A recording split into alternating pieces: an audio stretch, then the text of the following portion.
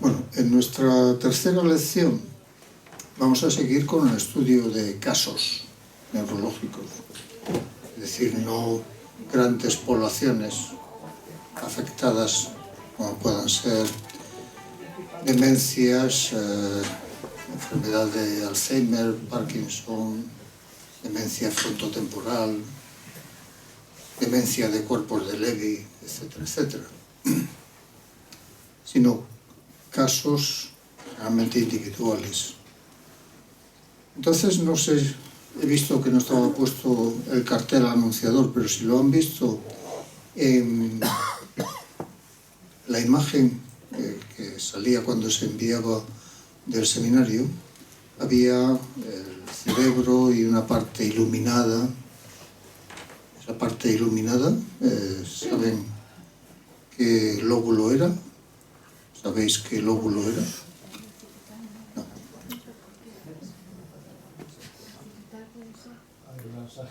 La sagital frontal. ¿Esta no era? ¿Vale? Ahora, esto es simplemente para la presentación, porque nosotros hoy vamos a presentar un caso que le afecta esta región y otro caso en el que es de destacar esta zona que está en azul y esta región más posterior. ¿Os parecerá raro esta presentación de un cerebro? Estos cerebros están hinchados. Es como si fuera un globo, que fuera la nuez, que fuera el cerebro normal, pero ahora imaginaros esa nuez, lo infláis, es un globo, y lo que aparece aquí como oscuro serían los surcos, los entrantes, y lo que aparece como claro son esto, las circunvoluciones. Los surcos aparecen en oscuro y las circunvoluciones aparecen en claro. Esto ahora se utiliza bastante, esta forma de representar, porque se puede mostrar tanto la corteza que hay dentro de los surcos como la que hay fuera. Ya os decía que había un 60% dentro de los surcos. Por eso es por lo que los investigadores tienden ahora a este tipo de representación. Vamos a hacer referencia a dos casos. He dicho que íbamos a ver casos individuales. El caso que hasta 2008 se llamó el caso HM, y ahora ya lo podemos llamar Henry Molaison, es el nombre del sujeto, y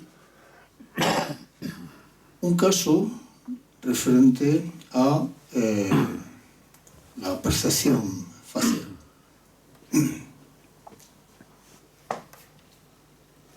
Cuando se envió el correo con ese cerebro y un lóbulo iluminado, era este, el lóbulo parietal. Y lo estamos viendo en una visión lateral del hemisferio izquierdo. Recordemos, esta es la parte frontal, la parte occipital. Si no nos situáramos, el cerebelo siempre va a estar en la parte posterior, debajo del lóbulo occipital y del temporal. Entonces nosotros hoy nos va a interesar este lóbulo, el lóbulo temporal. ¿Vale? Lóbulo temporal.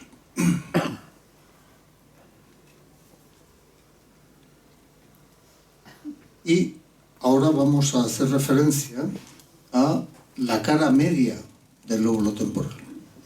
Es decir, lo vamos a ver por su interior. Este es el hemisferio.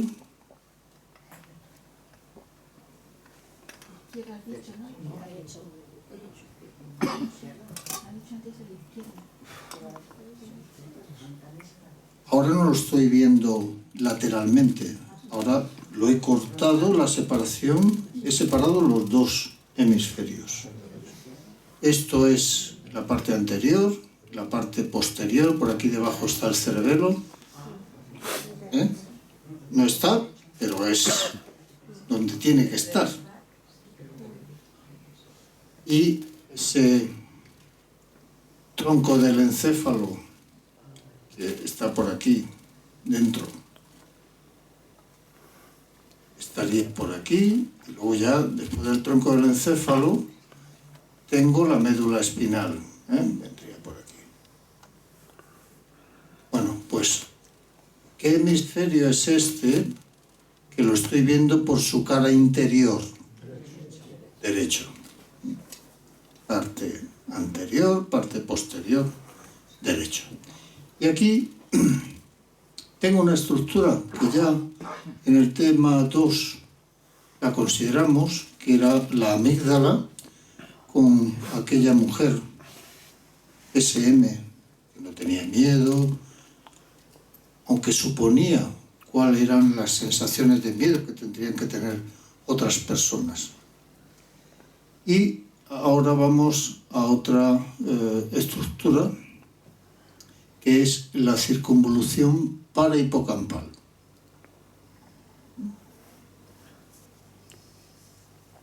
Es una circunvolución pequeña que contiene tres regiones corticales.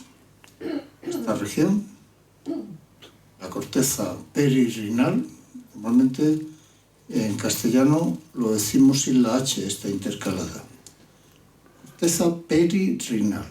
Lo de rinal viene de que originalmente se pensó que era una corteza dedicada a el sistema olfativo. Ahora ya sabemos que no es así.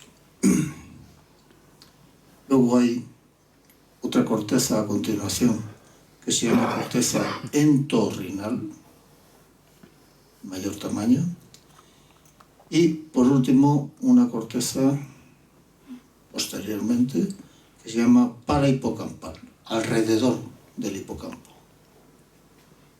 Y dentro de esta región, de esa circunvolución parahipocampal, está el hipocampo. Es decir, para es alrededor de, pues, parahipocampal es que está alrededor del hipocampo. No confundamos corteza parahipocampal con circunvolución parahipocampal. La circunvolución parahipocampal es más grande, está compuesta de la corteza esta, amarilla, perirrinal, esta otra, entorrinal, y esta otra, parahipocampal. ¿De acuerdo?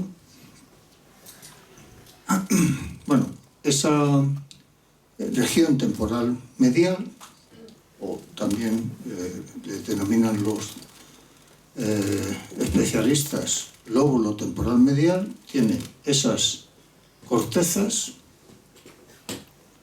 y estructuras por debajo de la corteza, como es la amígdala, que ya vimos, y el hipocampo. El hipocampo, ese nombre se lo pusieron porque a los antiguos anatomistas les recordaba un caballito de mar. Hipocampo quiere decir caballito de mar. Bueno, pues vamos a ir a un caso de una lesión en el lóbulo temporal medial. Se trata de ese caso HM, o una vez muerto, en el 2008, ya se le pudo, ya tenían autorización los científicos para llamarle por su nombre, Henry Mollison. Este fue un caso desde el punto de vista de lo que se llama la neuropsicología, los daños cerebrales y sus cambios comportamentales asociados. Fue muy importante. Tan importante que fue estudiado por aproximadamente 100 investigadores de distinto tipo, neuropsicólogos, anatomistas, fisiólogos, etc. Un poco de la biografía de Henry Molaison nos viene bien. Parece ser que a consecuencia de una caída, desde los 10 años, sufre ataques epilépticos y convulsiones importantes, aunque eso aumenta luego hacia los 15 años de edad. En septiembre de 1953, un cirujano, un neurocirujano, le propone el realizar un tratamiento experimental que él había desarrollado para otros pacientes, no epilépticos, sino psicóticos. Y ese tipo de operación, el cirujano, que se llamaba Scoville, le había llamado resección bilateral del lóbulo temporal medial. Entonces, él está de acuerdo, le hacen esta resección bilateral. Resección es quitar una región de tejido, bilateral en ambos hemisferios, del lóbulo temporal medial, pues lo que hemos visto anteriormente, circunvolución parahipocampal, y seguramente afectaría también a amígdala y a hipocampo. Eso se lleva a cabo en el hospital, uno de los hospitales donde trabajaba Scoville, el hospital Hartford del estado de Connecticut. Hace que las convulsiones epilépticas continúan, pero son menos incapacitantes, pero hay un efecto colateral muy importante. Hay una pérdida profunda de la memoria reciente.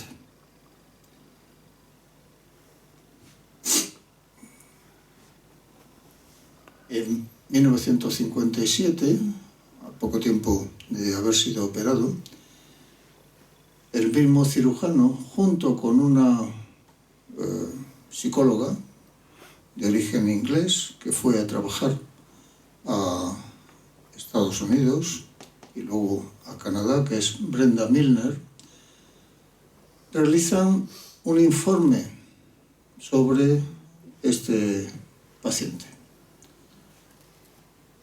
Milner lo que apoya es su conocimiento de los aspectos psicológicos de la personalidad.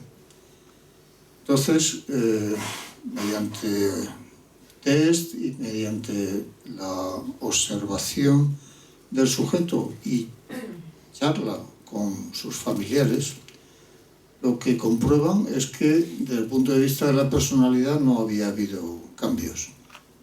Era un hombre que era tranquilo, bueno, pues esa tranquilidad, esa placidez continuaba.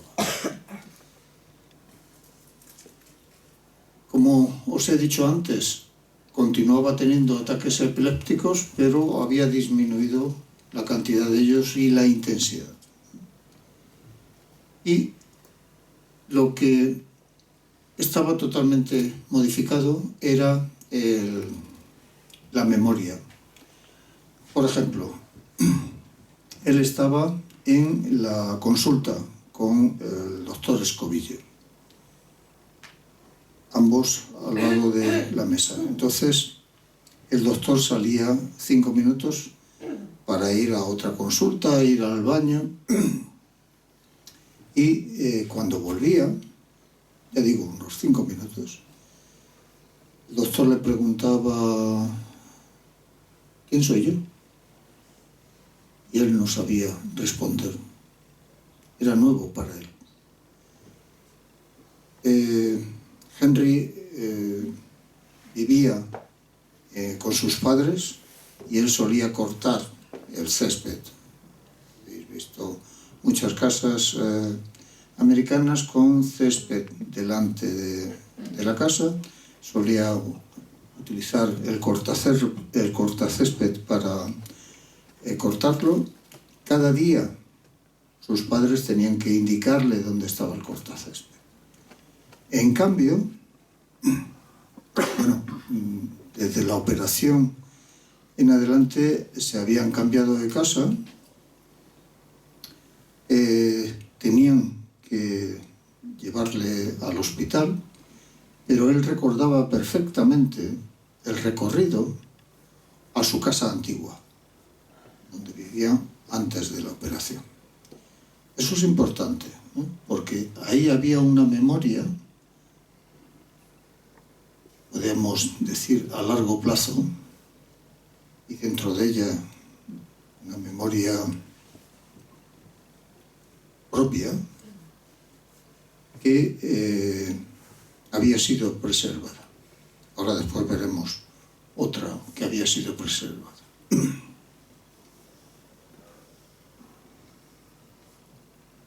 Es decir, tenía amnesia, en principio anterógrada, para todo lo que había ocurrido desde el momento de la operación en adelante, pero también tenía una amnesia retrógrada parcial. Realmente no se recordaba de lo que había ocurrido 3 años antes de la operación. Como antes refería, no sabía volver a la casa nueva tras el cambio, pero sí sabía volver a la casa antigua. Esto es lo del cortacésped. Y lo que os decía, amnesia anterógrada, que es hacia adelante. Lo que le ocurre desde el momento de la operación no lo va a recordar nada más que unos minutos, muy pocos, y una retrógrada parcial, porque recordaba perfectamente, por ejemplo, su vida de adolescente, de niño.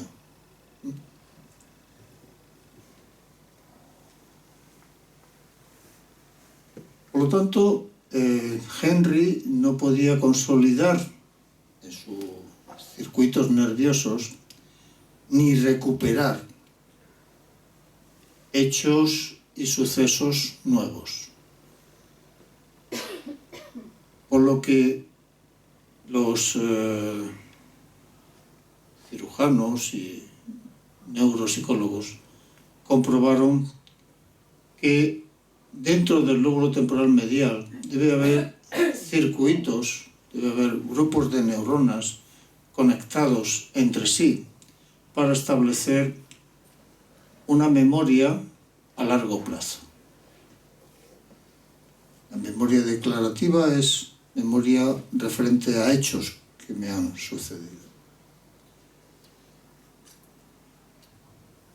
Tenía una adquisición deficiente de episodios que le sucedían, esos sucesos, como podía ser el que había estado con el cirujano, o de conocimiento general acerca del mundo. También si se le pedía que memorizara una serie de palabras, pues eso también le resultaba imposible. Eso sería el conocimiento, la memoria semántica. Hay algunos aspectos de la memoria a corto plazo que sí parecían estar intactos, y eso, ahora después lo veremos, parecía ser debido a la presencia de todavía regiones del lóbulo temporal medial que estaban conservadas.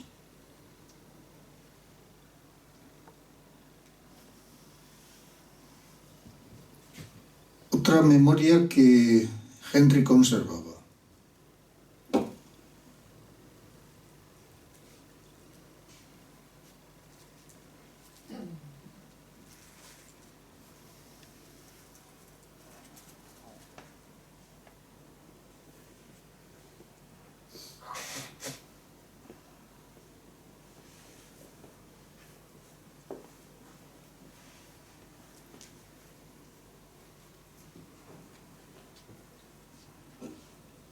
Es la memoria que se denomina de procedimiento. Por ejemplo, nosotros hemos aprendido a montar en bicicleta de pequeños, a los 8 o 10 años, y luego lo dejamos de hacer.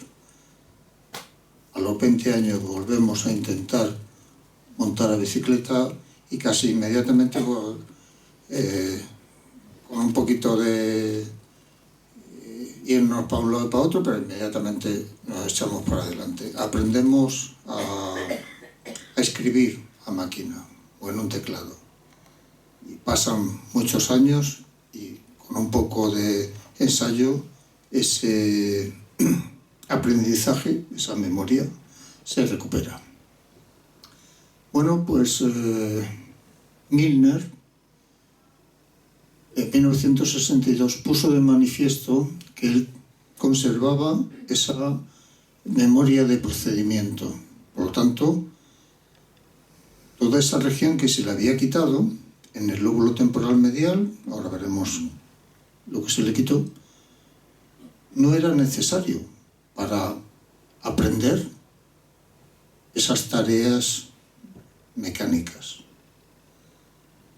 para recuperar esas tareas mecánicas, esa memoria de procedimiento. ¿Cómo lo puso de manifiesto Brenda Milner? Pues mediante este aparato. Aquí se pone una hoja de papel y ahí veis una estrella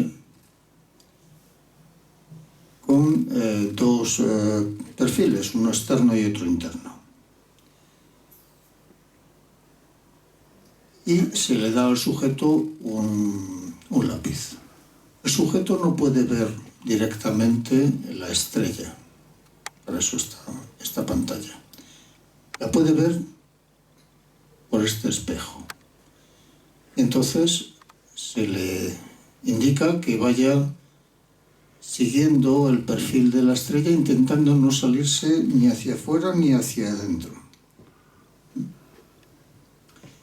Esto lo repetía bastantes veces durante el día y luego me parece que en 5 días fue lo que estuvo, consiguió no salirse del perfil de la estrella. Al cabo de un tiempo volvió a realizarlo otra vez, comparado siempre con gente que no tenía daño en este lóbulo temporal medial, y hacía perfectamente el recorrido. Y el tiempo, es decir, errores por un lado, y el tiempo que tardaba era similar a los sujetos control.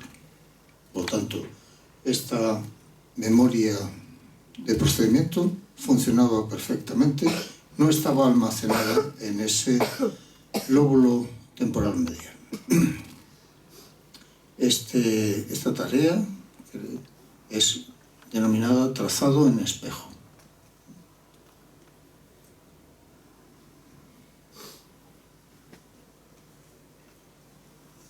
Bueno,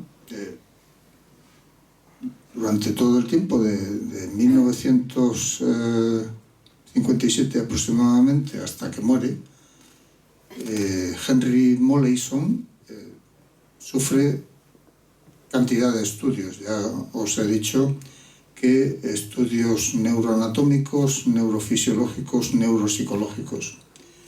Por ejemplo, empiezan a realizarle resonancias magnéticas estructurales. La resonancia magnética estructural te muestra el cerebro como si tú lo hubieras sacado del cráneo. No es necesario que te hayas muerto, sino que muestra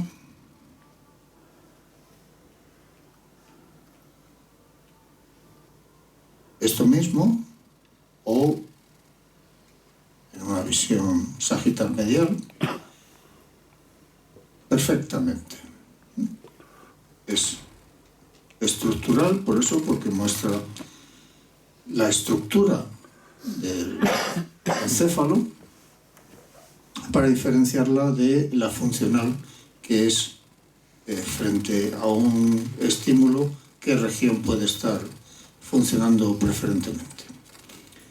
Entonces, las primeras se le realizan en 1992 y en 1993 y lo que andaban buscando es ver qué parte del cerebro había sido dañada por escobille.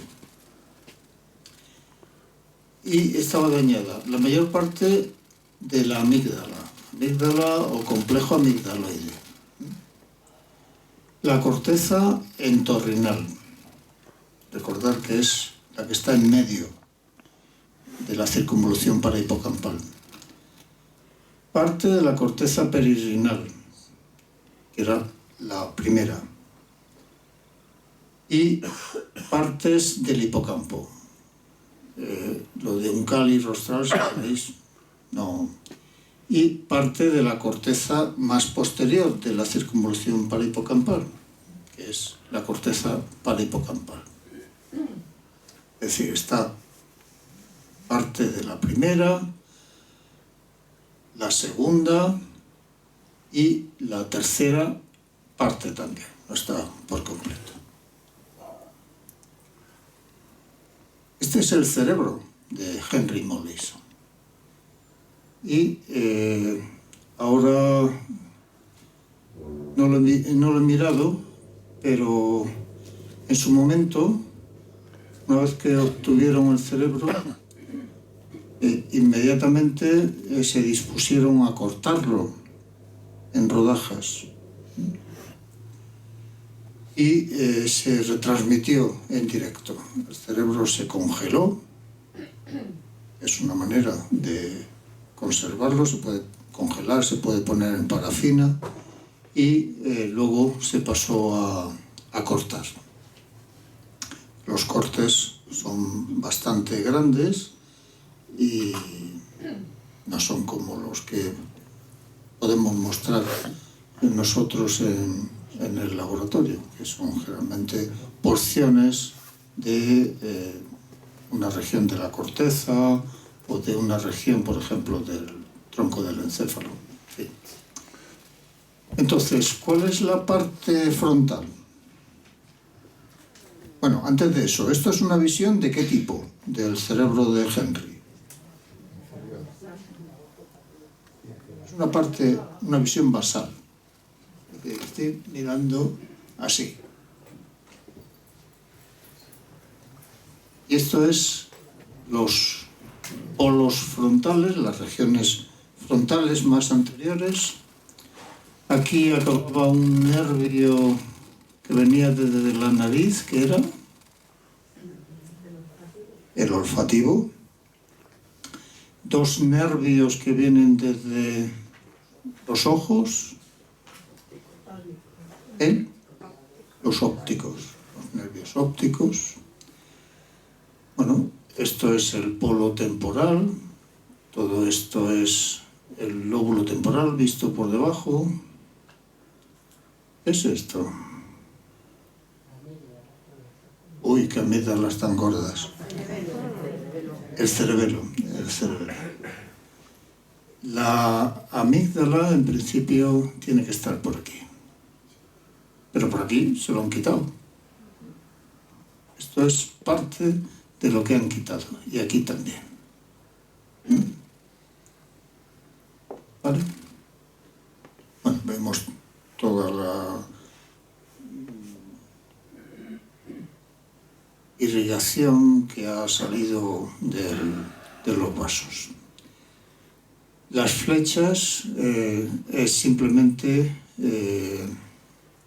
distintos niveles de corte que luego presentan Augustinac y colaboradores en su artículo. ¿Vale?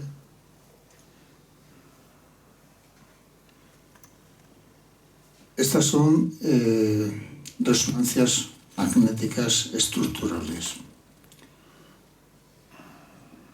Tenía que poner así para que hubiera espacio en la...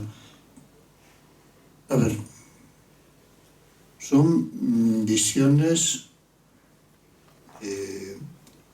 un corte horizontal. ¿Cuál es la parte anterior? Aquí en A y en F. La derecha. La derecha, los ojos y la nariz, ¿vale? Aquí los ojos se ven un poco menos. Cerebelo.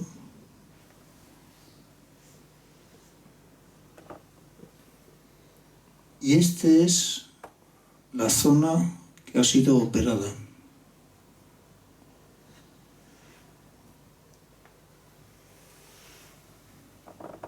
Y esto es el lóbulo temporal medial con esa circunvolución parahipocampal, amígdala e hipocampo que fue retirada. La cantidad no fue la misma en el lado derecho y en el lado izquierdo. En las imágenes neurológicas, el hemisferio derecho se suele poner a la izquierda. ¿Vale? Entonces, fijaros, esta es la zona dañada, esta es la zona dañada. Es más daño el que hay en el hemisferio izquierdo, 6,0 centímetros, 5,5 de máximo en el derecho. ¿De acuerdo?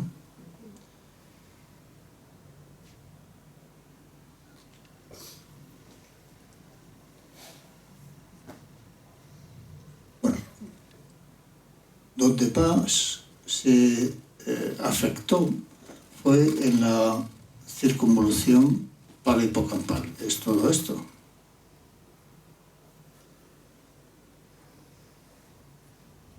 Tiene ¿qué cortezas? ¿La corteza más anterior cuál es? La frontal. No, la corteza más anterior de la circunvolución parahipocampal. La perirrenal. La perirrenal. A continuación, entorrinal. Y a continuación, parahipocampal.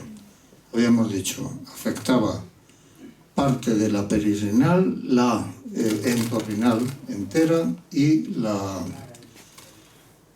parahipocampal parcialmente.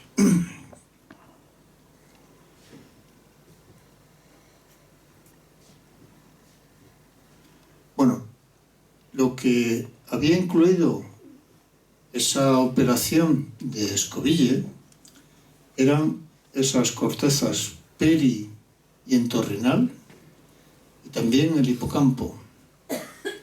Eso posteriormente, desde los años 60 en adelante,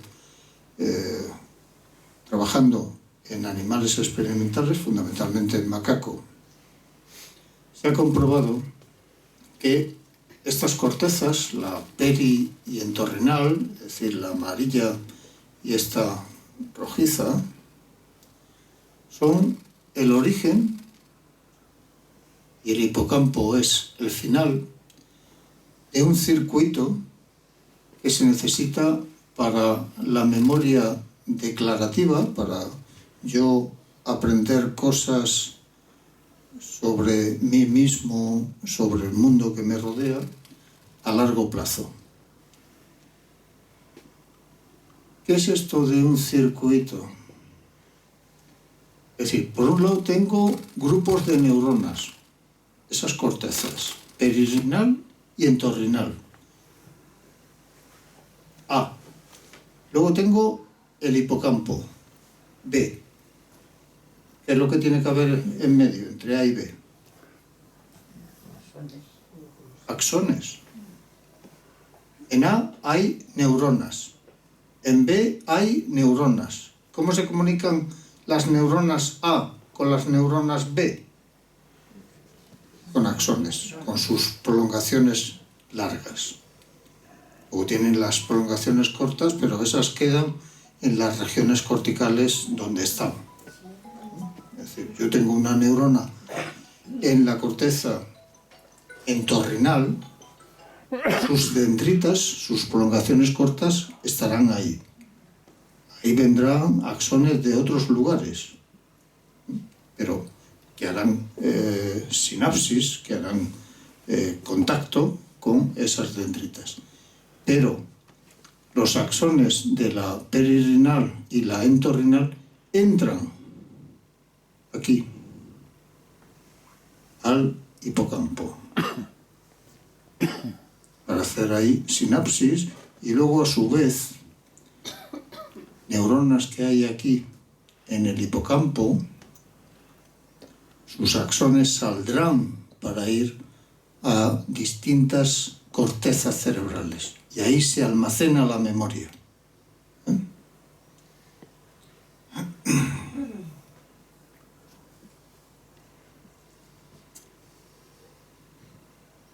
Bueno, tras quitarle esas zonas del lóbulo temporal medial, Henry Molaison fue capaz de reconocer y dar algunos detalles de personajes que él había podido familiarizarse pues, en revistas, en la televisión, etc.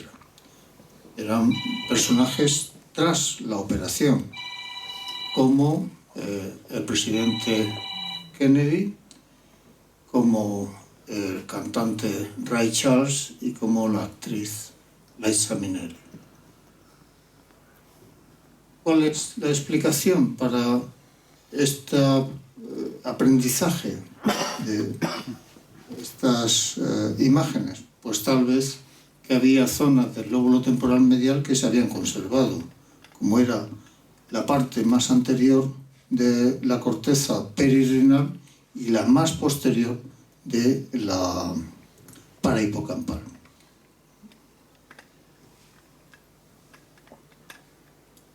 Eso, como en ese momento no se le hicieron resonancias magnéticas funcionales, no se pudo saber.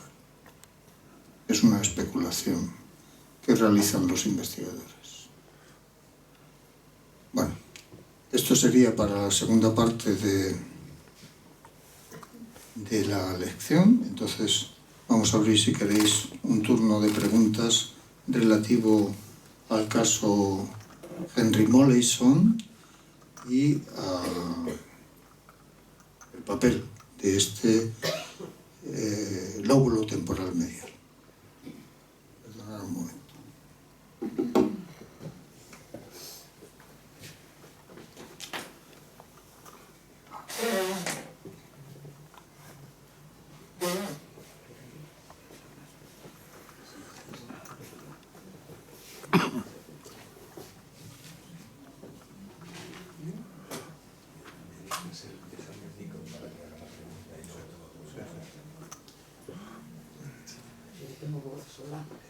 Falta esto. No, solamente quería saber, por ejemplo, él vivía con sus padres. Después de la operación, él reconocía a sus padres, o cada día sus padres tenían que decir que eran ellos. Reconocía a sus padres porque eso... Reconocía a sus padres porque eso era una memoria a largo plazo, que estaba... Él había perdido lo que era hasta 3 años antes de la operación, pero la operación fue a los 27 años, hasta los 24, 23. A los padres los conocía 20, 22 años antes, entonces no tenía ningún problema en su reconocimiento. No, eran cosas que ocurrían cada día después de la operación, como es ese no reconocer a los miembros del equipo cuando los veía día tras día. No saber lo de dónde estaba el cortacésped con una tarea que hacía no día tras día, pero con una relativa frecuencia. Pero sí sabía su funcionamiento, ¿no? El cortacésped. Sí, no... sí sabía el funcionamiento, efectivamente, porque era la memoria esa mecánica. Eso, una vez que lo aprendes y se almacena, está primero el aprendizaje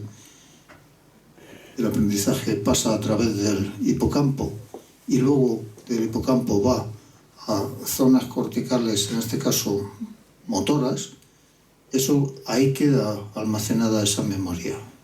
Y el hipocampo para recuperarla no es necesario. Por eso él podía hacerlo. Igual que lo de la tarea de seguir la estrella. Había alguien que... ¿Y consiguió aprender algo nuevo a partir de la operación? Pues este tipo de cosas que he indicado, de reconocer quiénes eran estas personas, le costó mucho esfuerzo, porque era algo que veía casi a diario en las revistas, en los canales de televisión. Hay que tener en cuenta, por ejemplo, la operación es en 1957, el presidente Kennedy llega a la presidencia en 1961, me parece, sí, la crisis de los misiles en 1962. Kennedy debe llegar en 1960-1961 y entonces Kennedy estuvo presente bastante en la televisión a raíz de, por ejemplo, esa crisis de los misiles. Entonces se lo encontró con bastante frecuencia. A Ray Charles, pues yo no he encontrado en la literatura si es que le gustaba mucho el tipo de música que hacía, pero tal vez sí, por eso lo veía, le escuchaba. Esos son los casos que se citan en la literatura que él reconocía fácilmente. No te puedo decir más. Sí,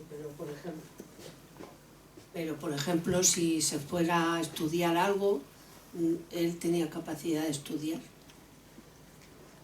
¿O lo había perdido con haberle tocado?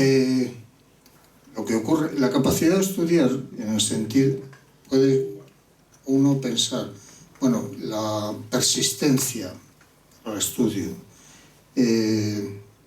eso tal vez lo conservaría, pero lo que no iba a conservar era el recuerdo de lo que había leído el día anterior, incluso unas horas antes.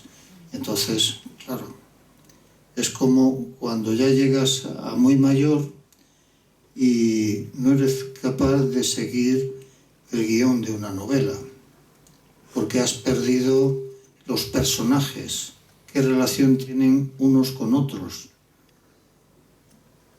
Pues a él le pasaba algo por el estilo.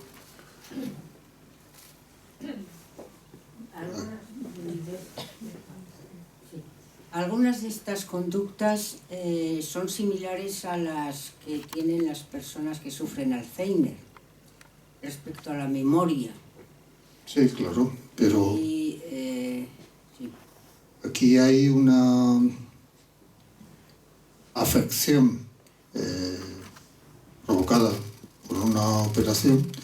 En el caso, por ejemplo, de Alzheimer, no es una afección debido a una operación, es que hay una degeneración de neuronas relacionadas con la memoria. Parecido es ese. Ahora, el origen es distinto. Claro, lo que yo me pregunto es si en la prevención del Alzheimer no se podría, pues, de alguna manera tratar esas zonas que se sabe que van a ser Sí. degenerativas a Pero lo largo del tiempo. los neurólogos no saben todavía. Saben, como veremos en el tema cuarto, empezaremos, saben que hay alteraciones neuronales provocadas por, no se sabe todavía.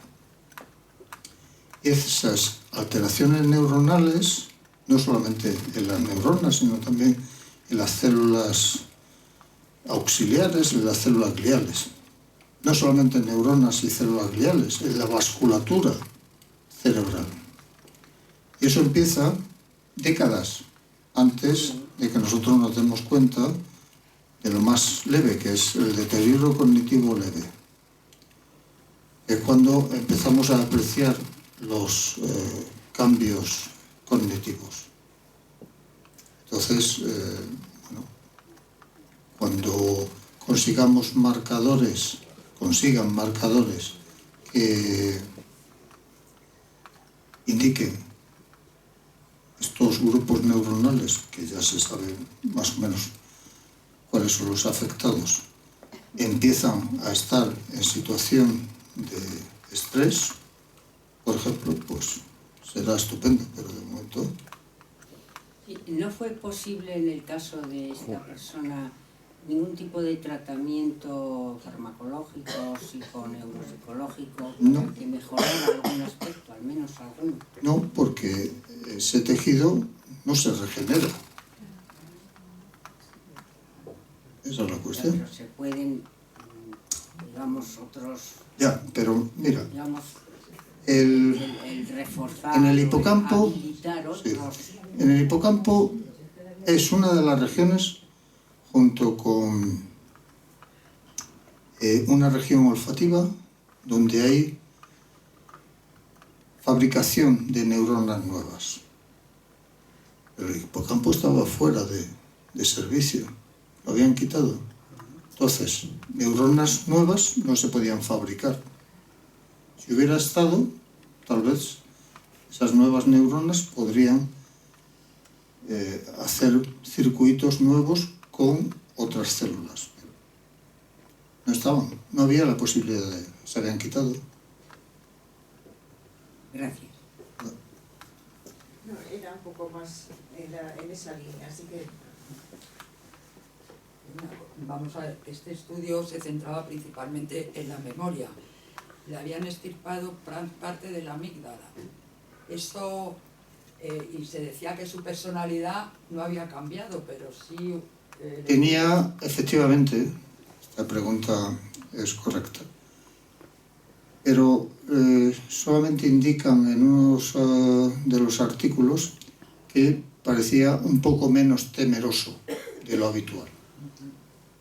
Lo que cabría esperar, de acuerdo con lo que habíamos visto en el caso de SM.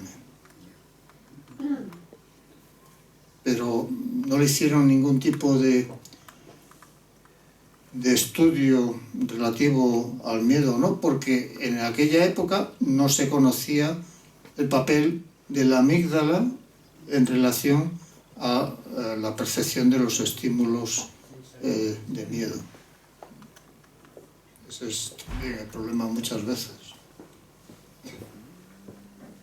Hola, yo quería preguntarle, si hay lo que usted acaba de decir, la neurogénesis hipocampal del giro dentado del hipocampo, bien, cuando eso desaparece, como en otros casos del cerebro, no se hiperdesarrolla otra parte del cerebro que sea capaz de absorber esas funciones. No. Nada. Tajante. Pero sí ocurre con otras funciones cuando se extirpan determinados lóbulos del cerebro. Bueno, hay casos de sujetos en que tienen solamente un hemisferio y una corteza cerebral muy delgada, menos de 5 milímetros, que es lo que suele ser habitual. Y esos sujetos, hasta que se les ha hecho una resonancia, no se sabía que tenían solo un hemisferio y parecían funcionar correctamente. Pero nacieron ya con medio cerebro, nada más. Sí. No se le había extirpado. Nacieron así. Había un caso parecido al que está contando usted, este señor Phineas Gage, 1848, cuando una barra de hierro, era una cantera, le atravesó el lóbulo prefrontal izquierdo y el lóbulo temporal. Y la sintomatología... No, temporal no. Solamente lóbulo frontal. Y en particular corteza orbitofrontal y corteza prefrontal lateral. Creo que también le había afectado el temporal. No. Pero también perdió la memoria, y le llamaban el hombre de la memoria de los 5 minutos. Pues es nuevo para mí. Y en el libro ese que va a salir de psicopatía, está ya para salir, hay un apartado sobre el caso Phineas Gage. Y te recomiendo que te leas unos artículos de dos neuropsicólogos australianos que han estudiado los escritos del doctor Harlow, que le siguió desde el momento del accidente. Y él fue el que consiguió que no muriera. Pero no era un hombre sin miedo, era un hombre, en todo caso, que tenía al principio dificultades en insertarse otra vez con el grupo, con la cuadrilla que trabajaba para él era capataz, pero luego fue capaz de desplazarse a Chile a trabajar con una diligencia de 6 caballos, me parece, y ir de Chile a Valparaíso, bastantes centenares de kilómetros, con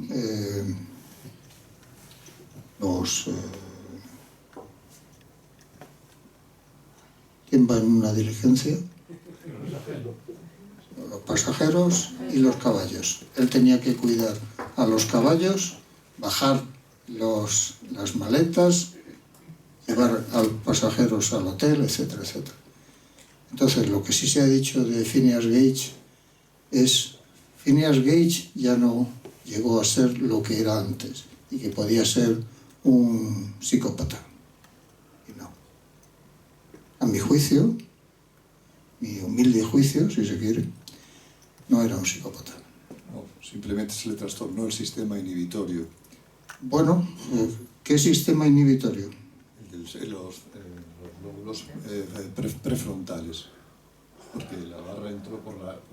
Sí, no, la barra entró así. Sí, y salió por la frente, por aquí.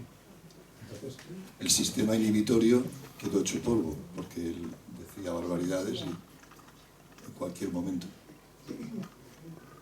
Eso aparece, por ejemplo, en un libro del autor Antonio Damasio, que decía esas barbaridades y que las mujeres no podían estar cerca porque decía obscenidades. Y ya digo, hay que leer a Macmillan, a este psicólogo australiano, y ver que no fue así. Bueno, es que según se va uno de las fuentes primarias a las secundarias, pues entonces es cuando las cosas se pierden. ¿Algunas preguntas más? ¿Cómo se trata ahora este tipo de incidencias? Porque No. desde luego por operación no creo que... No, sí que se opera. Lo que pasa es que previamente se hace todo un estudio mediante inserción de electrodos en distintas regiones próximas a la zona que se piensa que es el origen del ataque epiléptico, que generalmente suele ser el lóbulo temporal. Y entonces se va registrando, bueno, pues en esta zona, por ejemplo, interviene para el lenguaje, para comprender el lenguaje. O esta zona le presento caras y resulta que están respondiendo esas neuronas. Entonces, una vez que lo tengo delimitado, sería cuestión de ver, por ejemplo, eso lo hacía un neurólogo canadiense que estuvo aquí en los años 30 estudiando con Cajal y su escuela, que era Wilder Penfield. Entonces ves las fotos de los cerebros que él trabajaba con, bueno, también en el caso de Escobille, encima del cerebro ponía pequeñas etiquetitas cerebro vivo, donde la E indicaba pues que había respondido ese cerebro de tal forma. La H respondía las neuronas que había ahí debajo a tal cosa. Entonces, una vez que tú tienes delimitado bien la zona y además registras esa zona y observas, porque son registros no crónicos, pero sí de varias horas, y observas que hay ahí actividad epileptógena. Entonces ya vas ahí. Pero no como todo esto. Claro, aquello era una operación muy inicial realizada por Escobille. Había funcionado con los psicóticos, pero lo de los psicóticos era una cosa totalmente distinta a lo de este hombre, porque el psicótico puede andar con ideas alucinógenas y así, mientras que este chico lo único que tenía era ataques epilépticos muy frecuentes y muy potentes, y ya está. Pero sí, se siguen haciendo desde luego las operaciones en lóbulo temporal, pero muy restringidas. ¿Una más? Bueno, vamos a continuar. Vamos a otra parte del lóbulo temporal. El lóbulo temporal es complicadísimo en su función. Hemos visto este papel relativo a la formación de las memorias a través de 3 regiones corticales que son muy pequeñas, pero son importantísimas. Esas perirenal, entorrinal y parahipocampal. Lo que están haciendo esas regiones corticales es recibir información sensorial, pero ya información sensorial muy elaborada. Es decir, no es simplemente que yo he percibido en la corteza visual que está en la parte posterior, al mirar, he visto una línea recta, como pueda ser este borde de la pantalla, o esta otra en posición horizontal, sino que ya esas cortezas envían, esa corteza visual envía información hacia adelante, hacia esa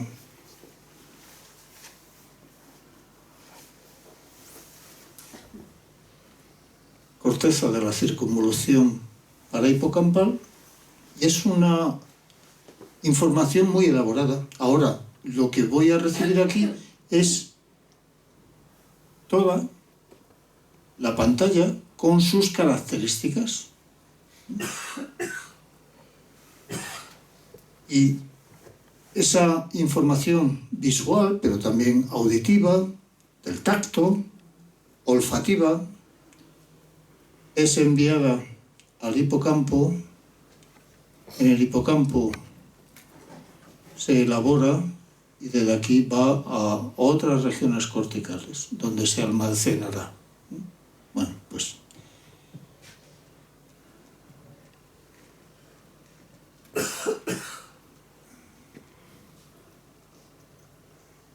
además, en el lóbulo temporal hay una región ventral muy interesante porque va a contener células que responden a estímulos diversos. Primero, vamos a situarnos, esto es un cerebro real, a lo mejor me tendríais que decir que no es así.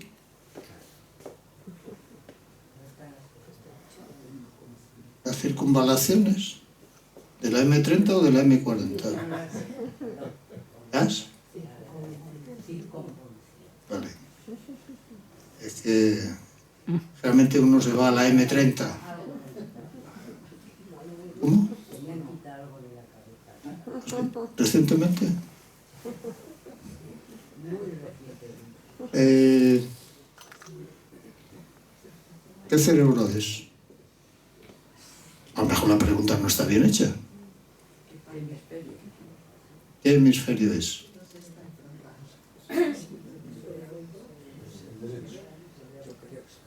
El derecho. ¿Está de acuerdo usted? Para mí sería el izquierdo. No, el izquierdo.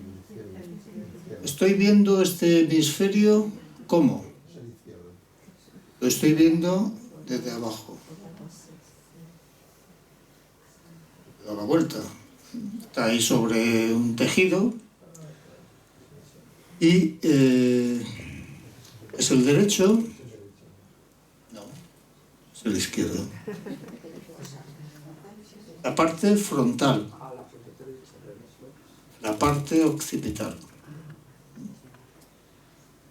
Aquí tengo, de hecho, unas abreviaturas que habíamos visto en el primer tema.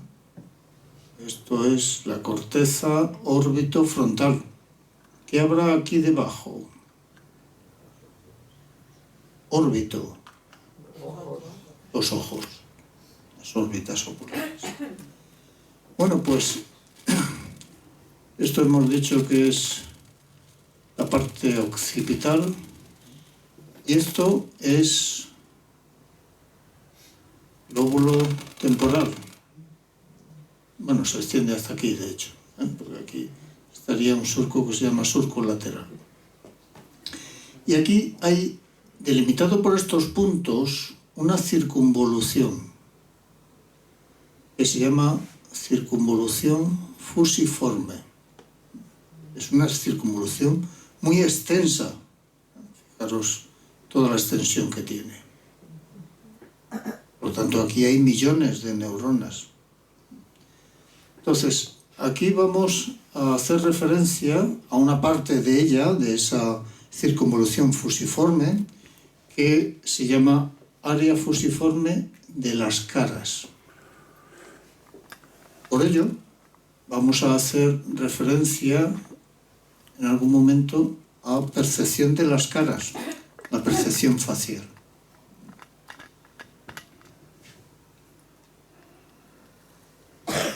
Evidentemente, este proceso es importantísimo en nuestra vida cotidiana, en nuestra vida social. Tenemos que reconocer, si es posible, si es familiar para nosotros, otra cara, o, si no, intentar aprenderla para lo sucesivo. No pasa solamente en nosotros, pasa en otras especies animales, en primates no humanos pasa también. Les habréis visto haciendo expresiones faciales complicadas para intentar ajustar la jerarquía, por ejemplo. Pero también se ha demostrado en avispas. Hay algunas especies de avispas, ¿sí? Ya noto las expresiones faciales de sorpresa, pero sí, que reconocen a las de su misma especie, porque porque en la cara tienen manchas faciales características y diferentes de la de otra especie. Pero, a ver, aquí en esta área fusiforme hay neuronas que reconocen las caras en nosotros, pero también en las ovejas. ¿Vosotros distinguís las caras de las ovejas una de otra? Pues ellas sí. Bueno, sí, si fuerais pastor 365 días al año, a lo mejor sí. Bueno, pues vamos a ver. Sí. Bueno, lo que se ha demostrado es que registrando neuronas en ese área fusiforme equivalente de las ovejas y presentándole de las ovejas del rebaño distintas caras, responden de forma diferente a una cara u otra, y cambias a otra neurona y esa neurona responde a otra cara. Pero pasa lo mismo en nosotros. En nosotros hay neuronas que las han llamado neuronas Jennifer Aniston, porque responden preferentemente a la imagen de Jennifer Aniston, y otras, a ver si me acuerdo ahora de un actor, Brad Pitt me parece que era uno de ellos. Sí. ¿Eh? Ahí respondéis todas. Bueno, nosotros tal vez tengamos la de Jennifer Aniston. Bueno, vamos a ver esta zona del lóbulo temporal, en este caso no medial, sino ventral.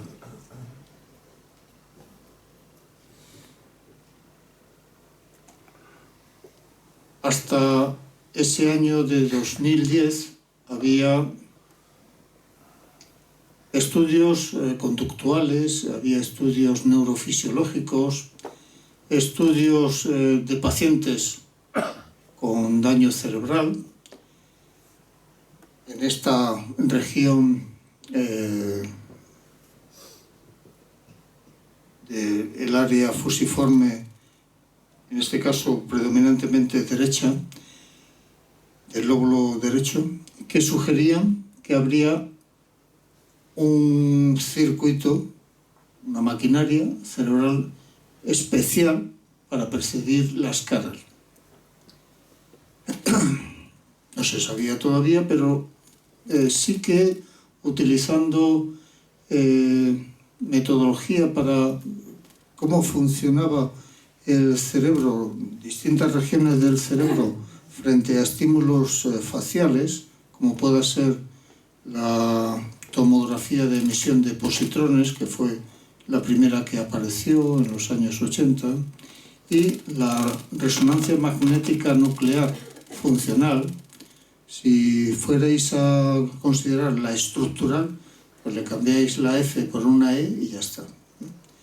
Pues habían encontrado que había fuerte activación en esa región temporal ventral en los sujetos cuando miraban a las caras. Y esta autora lo que hizo fue, con la resonancia magnética nuclear funcional, hacer muchos estudios, incluso poniéndose ella en el aparato de resonancia y ver si de forma constante había una región que respondía a la visión de las caras. Ella observó que era así y entonces denominó a esa región, que era más o menos constante de individuo a individuo, y repito, fundamentalmente en el lóbulo derecho, área fusiforme de las caras. Estaba en esa circunvolución fusiforme y respondía predominantemente a las caras. Hubo un debate apasionado en la época con otra investigadora que decía que no era que esas neuronas estuvieran dedicadas exclusivamente a las caras, sino que eran neuronas que estaban dedicadas a lo que conocía el sujeto con detalle. Por ejemplo, el sujeto era un trabajador mecánico que trabajaba con coches, entonces responderían sus neuronas predominantemente a la visión de coches.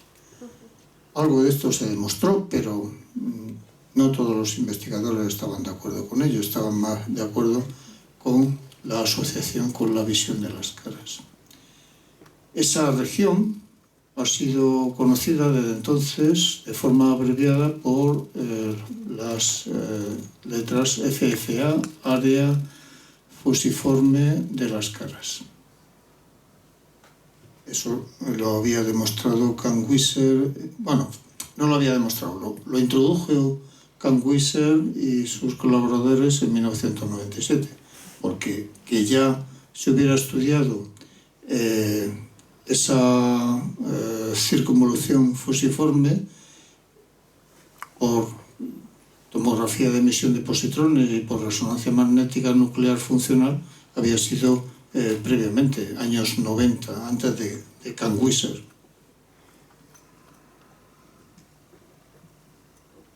Entonces, esta región fusiforme, esta circunvolución fusiforme, lo que se ha hecho más recientemente es subdividirla en distintas regiones, de tal manera que se habla de una corteza occipitotemporal ventral.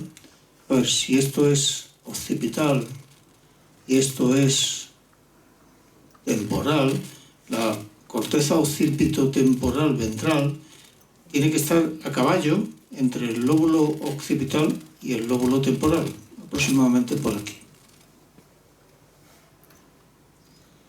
Y luego lo que introdujeron estos otros investigadores es que aquí, en la circunvolución fusiforme, pero también extendiéndonos hacia la parte más anterior del lóbulo occipital, habría una red de neuronas, una red ventral para neuronas que responden a la cara.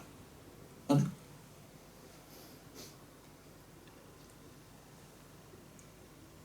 ¿Cómo se identificaron esas regiones? Por la tomografía, mediante electroencefalografía. Seguramente alguno de vosotros le habrán hecho electroencefalogramas, y por la resonancia magnética nuclear funcional. Entonces se han descrito 3 regiones en esa zona a caballo entre el lóbulo occipital y el lóbulo temporal. Una es la que ha sido abreviadamente conocida como IOG caras. G es de giro, que es el término latino para circunvolución. Pues es la circunvolución o occipital y inferior, que es lo mismo que antes se había denominado como OFA. A, área. O, occipital. Y F, faces, caras. Área occipital para las caras. Y luego, el área fusiforme de las caras, que había definido Kangwieser, se ha subdividido en 2 partes. una parte que han abreviado P-fus caras y otra parte M-fus caras. Posterior, medial. Y esto lo han realizado estos investigadores. Es importante que estas regiones, estas tres, si lo comparamos entre distintas personas, es muy consistente. No cambia de una persona a otra, teniendo en cuenta también sexo y edad. Y además, y esto es desde el punto de vista anatómico, pero no solamente anatómico, neurofisiológico muy importante. Están sobre circunvoluciones específicas, es decir, sobre zonas de estas. Esto es una circunvolución, Esto es un surco, esto es otro surco. ¿Esto qué es? Una circunvolución.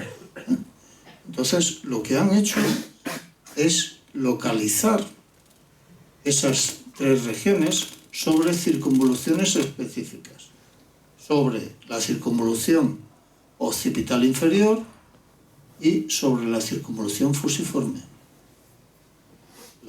Esta IOG caras aquí, en la occipital inferior, y las otras, las de la fusiforme, la de fus, pues en la fusiforme.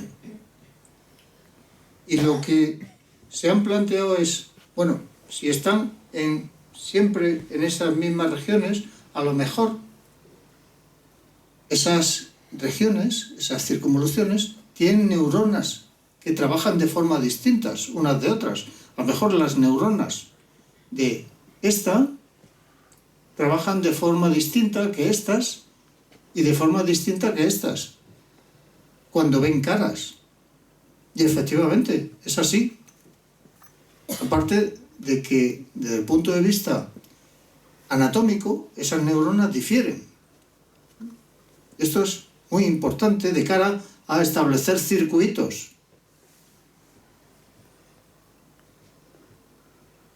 Bueno, como decía antes, estas son dos partes en las que se ha subdividido el área fusiforme de las caras. El fus ya os tiene que dirigir hacia una de las Fs estas, que es fusiforme. Aquí tenemos el complicado siempre. Si ya no familiarizabais con el cerebro normal, pues ahora con este cerebro, ¿qué le pasa a este cerebro? Está hinchado. Espero que no salgáis hinchados de este seminario. Bueno, pues está hinchado, vale. Lo oscuro, ¿qué era? Surcos. Y lo claro eran las circunvoluciones. Vale.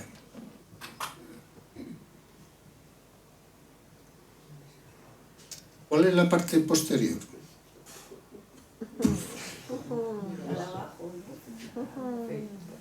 La parte de abajo. Y por aquí arriba estaría la parte frontal. ¿Y cómo lo estoy viendo? ¿Y qué estoy viendo? ¿Qué hemisferio estoy viendo? ¿Cómo lo estoy viendo? Hemisferio izquierdo. Bueno, puede ser el izquierdo o el derecho, y de hecho va a ser el derecho. No porque yo me empeñe, sino porque sería como una imagen radiológica. Estaría cambiado. Pero lo que sí es cierto es que es la visión ventral. ¿Vale? Entonces, fijaros. Aquí Todo lo que está en rojo son regiones donde hay neuronas que responden a las caras.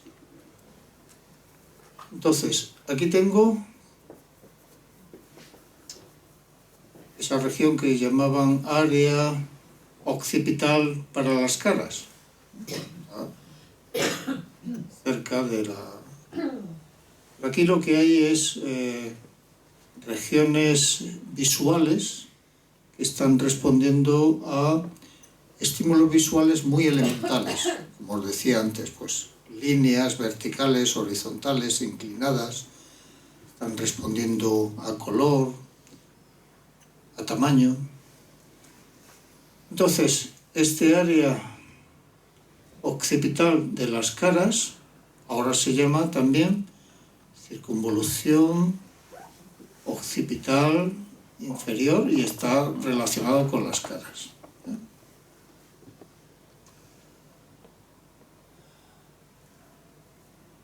Bueno, estos son surcos. Se llama surco colateral. Eso es simplemente para situar las zonas corticales. Esto es surco colateral posterior. Eso no nos interesa tanto. Y aquí tengo las otras dos, la de la circunvolución fusiforme.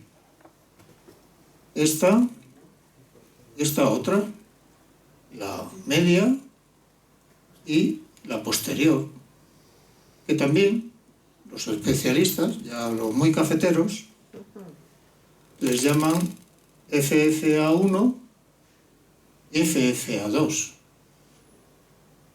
¿Vale?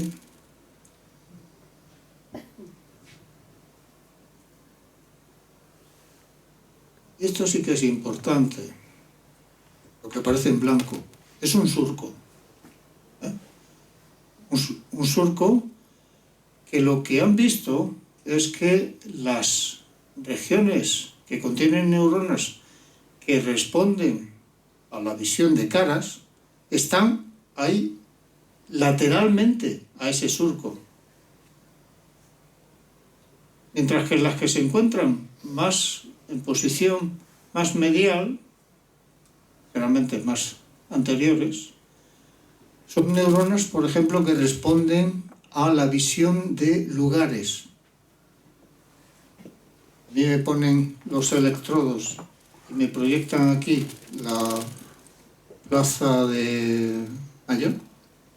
Estaba pensando en la plaza de San Marcos, digo, pues no sé si voy a meter la pata. ¿La plaza de San Marcos está en Venecia? Yo estuve, pero ya la degradación de la memoria está llegando a esos niveles. Y entonces, por aquí encontramos neuronas que responden a la visión de lugares.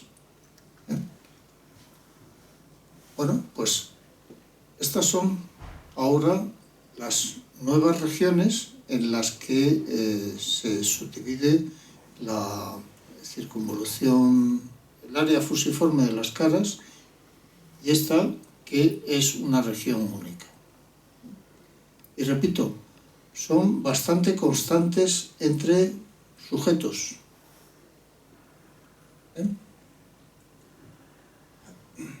Perdón, las que responden al conocimiento de lugares no son también neuronas. Son neuronas, son todas neuronas. Pero diferenciadas. Son distintas. No, me quiero explicar. Es decir, una persona, yo mismo, por ejemplo, Sí. que no reconoce las caras, Mm. pues que tengo este problema neurológico de tenerlo, pero es que tampoco conozco los lugares, en cuanto me ponen una piedra distinta. Ya, pero eso hay que comprobarlo. Eso. No, conmigo no. Bien. Pero al menos hay que hacer una comprobación conductual presentando distintas imágenes de caras, de lugares, de otros estímulos para comprobar si es específico de caras, de lugares o de coches. ¿De acuerdo? Que no es necesario poner un electrodo, se puede hacer haciendo un electroencefalograma, que te ponen los electrodos sobre el cráneo y ya está. Y puede ser bastante preciso en cuanto a la detección de qué lugar. ¿Vale? Bueno, pues vamos al caso en particular que está relacionado con esta percepción facial y con el área fusiforme de las caras. Se trata de esta mujer, una mujer belga que se llama Pierrette Sapey. En la literatura también aparece como PS, pero la persona que más lo ha estudiado dice que como ella le ha dado permiso para que aparezca su nombre en la literatura científica, pues él lo da. ¿Qué le ocurrió a Pierrette Sapey? Pues que estando en Londres, en el puente de...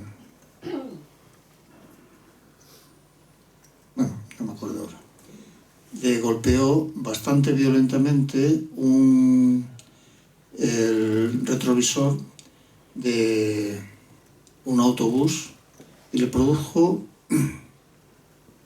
una herida no abierta del cráneo, de tal manera que hubo daño cerebral, pero sin que el cráneo estuviera abierto. Una herida cerrada. Aquí tenemos una resonancia magnética estructural de donde tenía los daños PS. De nuevo, esto es el hemisferio derecho, right. Esto es el hemisferio izquierdo, left. Tenía daño en el hemisferio derecho en la circunvolución occipital inferior, esto que aparece en rojo, pero también en una pequeña región del lóbulo temporal en la corteza.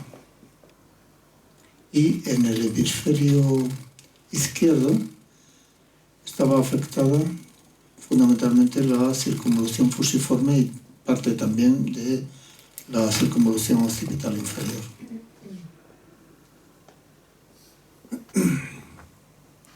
Lo más importante de lo que le ocurre desde el punto de vista comportamental a PS es que perdió para siempre la habilidad de reconocer la identidad de las personas por sus caras.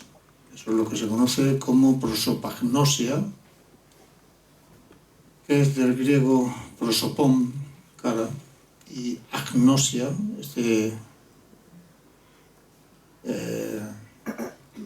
guión no está ahí por equivocación, es falta de conocimiento. A, sin, gnosia, conocimiento. Lo que sí podía era reconocer a otros objetos como animales, frutas, vegetales, coches, etc.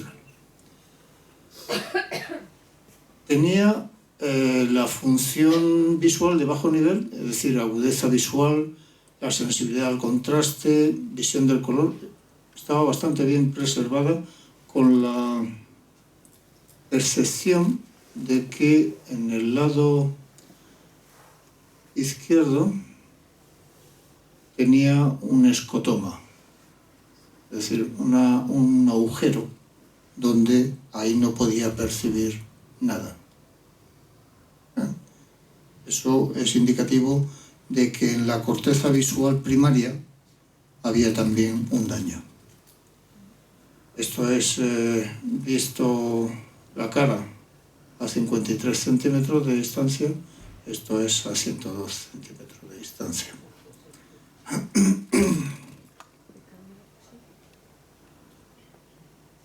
¿Cómo reconoce PS la identidad de una persona? Por ejemplo, la identidad de su marido. Pues por algunos datos contextuales. Por ejemplo, lo más frecuente es que el hombre que esté en su casa sea su marido. Entonces, por eso lo reconoce. Ya, podríamos... Pero si ella dice que no tiene otro hombre adyacente, pues ya está.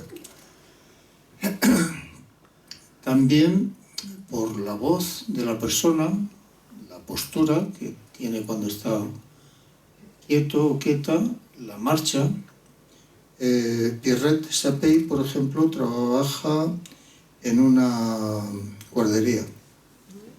No reconocía las caras de los niños. Tampoco de sus compañeras. Otros objetos visuales, como por ejemplo coches, sí que es capaz de distinguirla, y en este sentido lo que proponían esos otros investigadores de que el área visual de las caras no era solamente para las caras, sino específico para lo que conocía con más detalle ese sujeto, por su trabajo, por su memoria anterior, pues no es cierto en absoluto. Por ejemplo, presentándole yates, coches, pájaros, sillas o caras. Él ya es la línea negra, frente a varios sujetos controles. El porcentaje de errores para aves es poco similar a la de los controles. Para los yates es menor que para los controles. Para los coches hay controles que tienen más errores. Para las sillas tiene pocos errores. Para las caras tienen el porcentaje mayor y mayor que la de cualquier control. ¿Cuánto tardan en reconocer el estímulo? En aves, yates, coches, sillas, muy similares controles y ella, en las caras ella tarda bastante más para reconocerlas. Y hay otra cosa, es que ella tiene que, para reconocerlas, ir región por región, fijándose región por región. Ojo, nariz, boca, mejillas, no la mejilla, barbilla, y luego hacer una reunión de esos estímulos. Que lo que normalmente hacemos es una apreciación global. Pues ella no hace eso.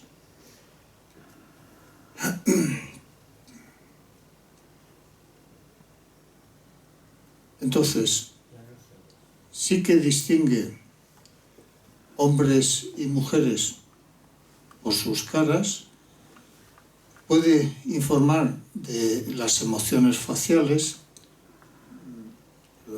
de la raza, bueno, ponerlo como queráis, y puede hacer también juicios sobre lo atractivo de la cara, que suelen coincidir con los juicios de otras personas.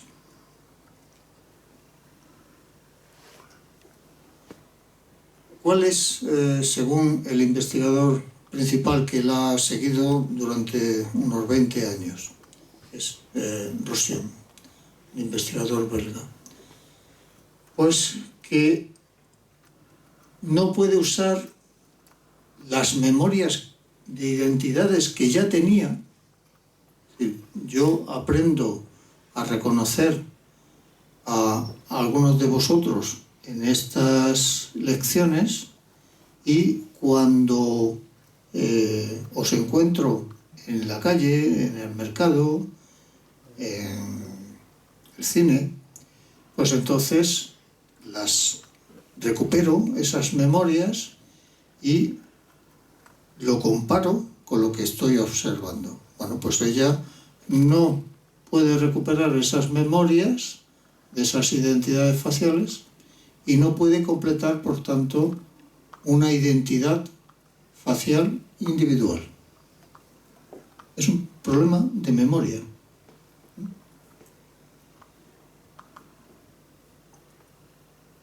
Una alteración de memoria. Sí. Sí, claro, porque ella tiene esa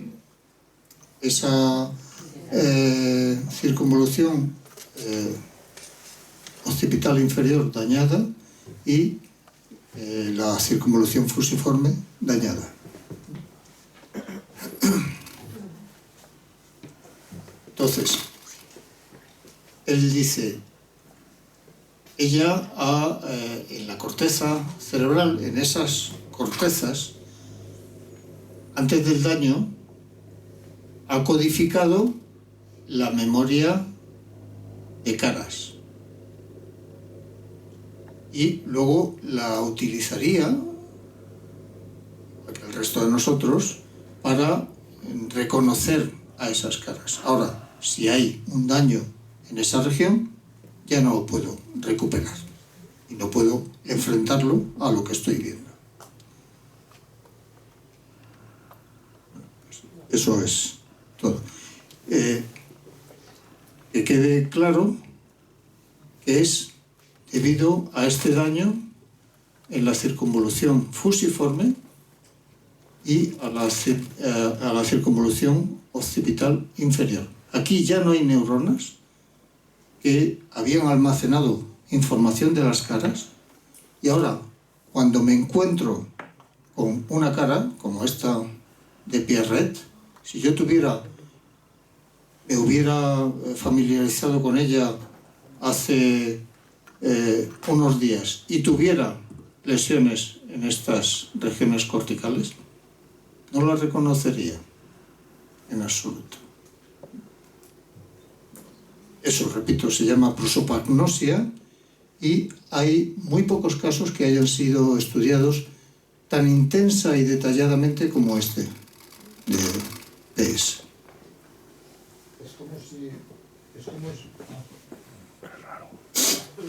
Es como si tuviera una memoria de identificación del sistema de identificación de caras, pero relacionado con el contexto. O sea, si te vas del contexto, ya no te reconozco, ¿no? Sí, sería eso, ¿no? Es decir, si te mueves y yo te he visto previamente y sé cómo es tu postura, tu forma de moverte, etcétera, te reconozco.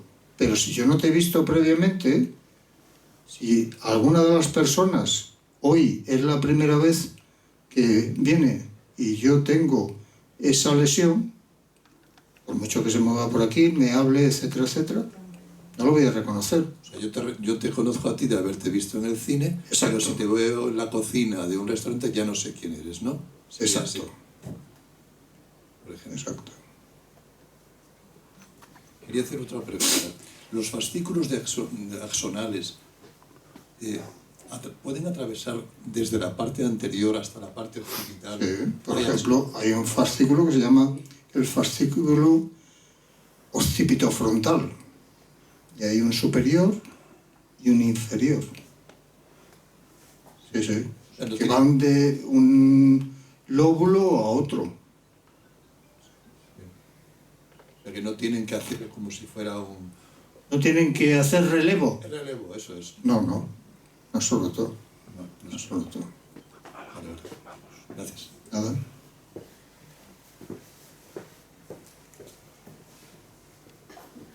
Yo lo que no comprendo es, vamos a ver, la lesión esta, que tiene que ver con la memoria que hemos quedado antes, que estaban en esas regiones tan específicas que ahí no sé si estarán cerca y también se han lesionado, no sé.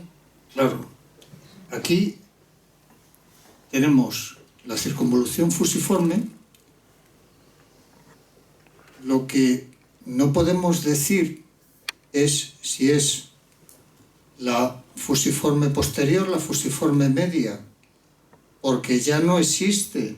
Es decir, lo que hemos visto al principio es en personas normales con la circunvolución fusiforme funcionando, con la circunvolución occipital inferior funcionando, puestas en un sistema de registro de resonancia magnética nuclear funcional, presentándole caras. Entonces sé que las neuronas más activas, los grupos de neuronas más activas, son estos. Están en la circunvolución fusiforme y en la occipital inferior. Pero en Pierret-Sapey no sé. Es decir, sé todo este daño, pero yo no puedo subdividir aquí nada. Sé que está dañada la circunvolución fusiforme, pero no sé cuánto me queda de la medial, de la posterior. A lo mejor no me queda nada.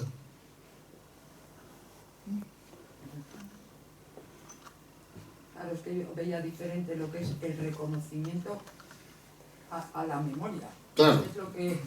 Ya, pero en el reconocimiento tú utilizas la memoria. Imagínate. Sí, yo ahora te reconozco a ti, ahora mismo te veo, y como ha dicho... Sí, pero no solo eso. Imagínate que te has leído una novela de Shakespeare, la conoces muy bien, y luego hacen una película, una obra de teatro. Y dices, pues lo que han hecho aquí es una cosa burda. Entonces tú estás reconociendo, estás trayendo otra vez a la memoria lo que conocías de esa obra y lo estás comparando con lo que estás viendo.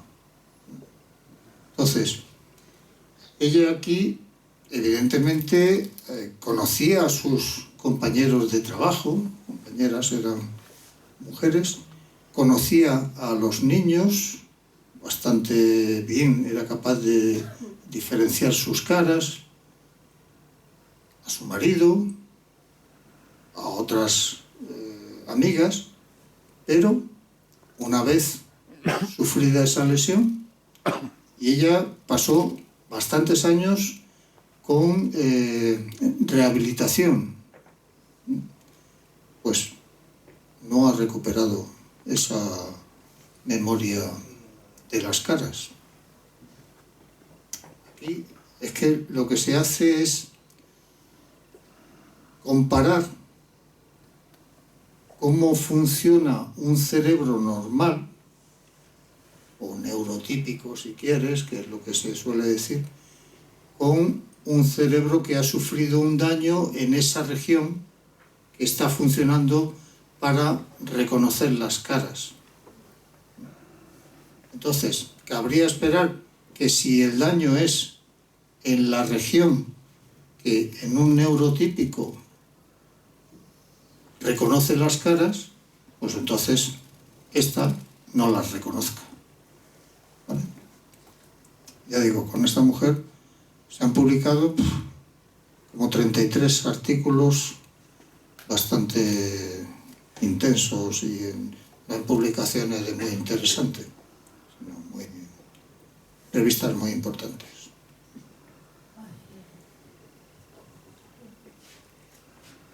¿Alguna pregunta más?